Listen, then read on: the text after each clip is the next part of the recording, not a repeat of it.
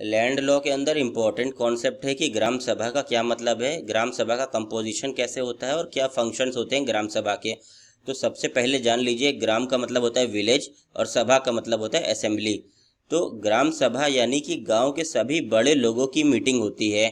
बड़े लोगों से मेरा मतलब है जिनकी उम्र 18 साल से ऊपर होती है और जिनका नाम वोटर लिस्ट में दर्ज होता है ग्राम सभा में यानी विलेज के अंदर। यह मीटिंग एक या कई गांवों के लिए भी हो सकती है जो पंचायत के एरिया में आते हैं। जो भी वोटर जो भी वोटर का नाम वोटर लिस्ट में दर्ज होता है वह ग्राम सभा के मीटिंग के लिए एलिजिबल होता है। हर बड़ा विलेजर्स अपनी राय सीधे तरीके से पंचायत में रख सकता है, यानी कि डायरेक्ट डेमोक्रेसी का भी एक रोल देखा गया है ग्राम सभा में।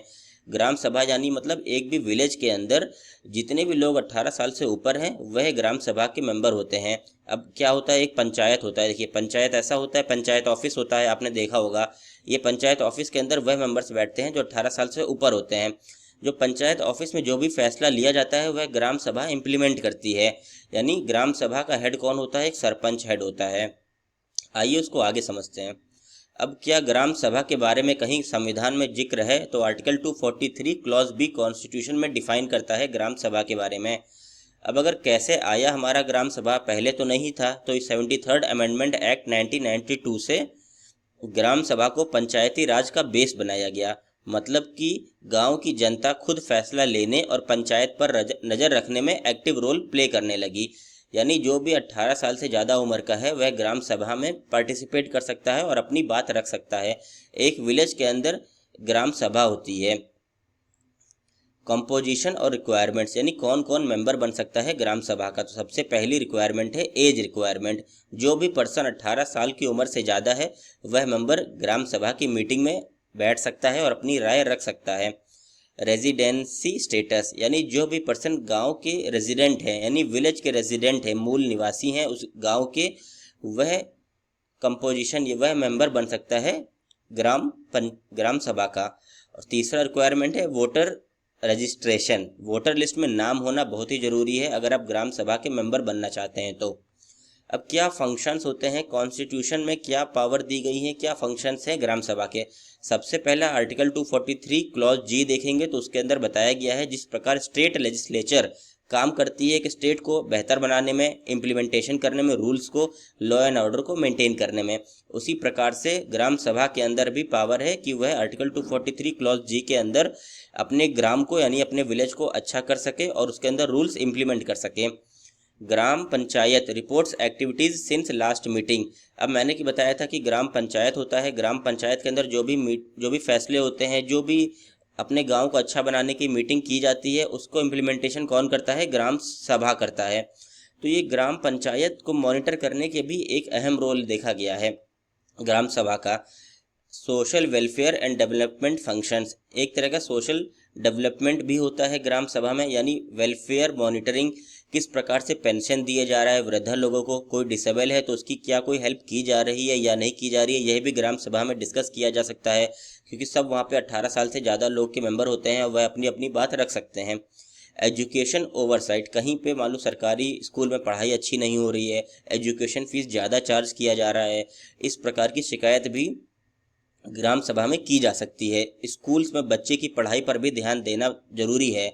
और हेल्थ केयर सुपरवाइजन देखा जाए तो हेल्थ केयर तो मोस्ट इम्पॉर्टेंट है विलेजर्स में, क्योंकि वहाँ पे मोस्टली पाया गया है कि लोग अपने हेल्थ का ध्यान नहीं रखते हैं। तो इसीलिए ग्राम सभा बनाया जाता है जिसके अंदर हेल्थ, हाइजीन, वैक्सीनेशन सबका ख्याल रखा जाता है।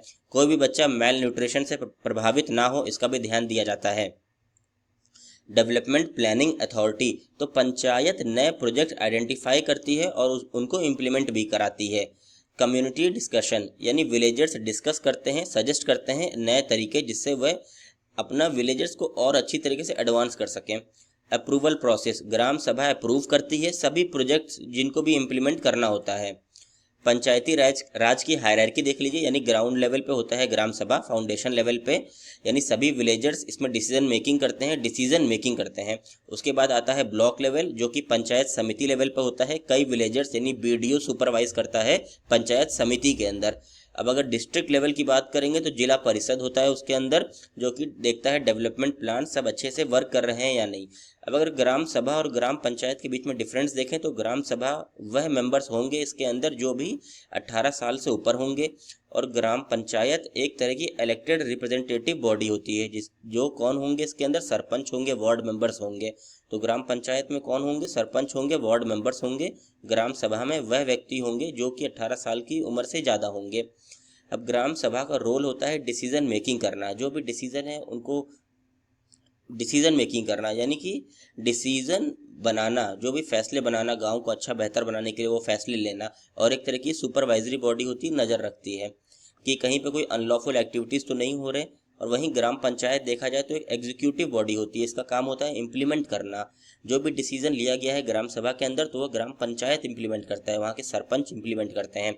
ग्राम सभा को मिनिमम 4 टाइम्स मीटिंग करनी होती है एक साल में, यानी कि 2 अक्टूबर, 1 मई और 26 जनवरी, 15 अगस्त, इन सभी दिनों को मीटिंग करनी होती है ग्राम सभा को।